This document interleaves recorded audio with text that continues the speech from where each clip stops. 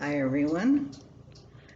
Today, Kari is looking at my other cat who came into the room, Cruella, and let's see if we have trouble here or not.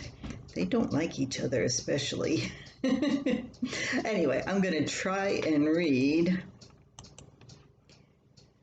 what I wrote in November 1984.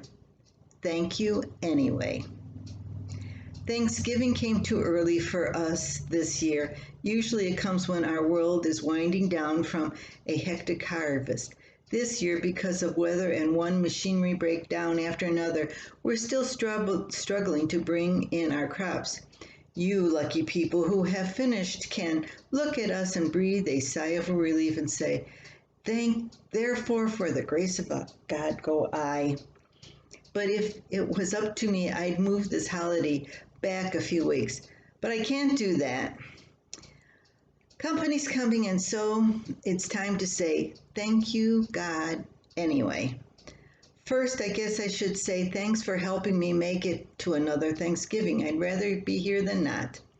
Our cupboard is far from bare, and for this I can honestly be thankful, except when I'm struggling to stay on a diet. For work, I'm also thankful. I never thought I'd say that. It is through work that I'm reminded that I'm needed, even if sometimes I feel too needed. Thanks for the simple things: a warm house to come into, a hot meal to keep us going, and good friends when they're needed and when they need us.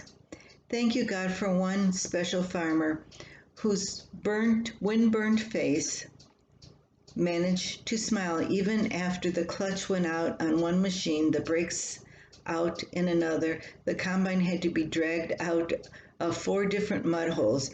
The grain market took another nosedive, and it started to snow, all in one day. He's either extremely good-natured or all the fun he's been having is making him a bit wacky. Thanks for 4 healthy children. I can tell that they're healthy by the noise they're making in the next room, conducting their own version of World War II. Thank you for giving me night, the quiet time when everything and everyone has a chance to find peace, when all 4 children manage to look like angels, and when I can put my feet up without someone asking for a glass of milk or just one more cookie. Thank you for my mother, who is out of the hospital and who finally realized her family was bugging her to see a doctor because they loved her and not because they wanted to make her life miserable. Thanks for the soil. Without it, there would be no need for farmers. Thank you for the sun. It's moving south now, but I know it will return next year to warm us and renew green life as it has done for millions of years. And yes, thank you for the weather. The changes I have always appreciated, but we would have graciously shared our extra precipitation with another part of the country without complaint this year, I assure you. When I thought about giving thanks, I didn't think about if I could do a good job. Now that I'm in the swing of things, I keep finding more and more to be thankful for.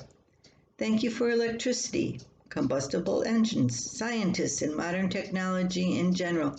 And thank you for warm, easy to care for clothes that make going out in the cold possible. It no longer matters to me if life is not just right. I'm finally realizing that Thanksgiving should come when planned, after all. I have a lot to be thankful for every day of every year. 2020, it's hard to be thankful, but I am thankful that I had 46 years with Bob. Okay, I'm done. Until next time.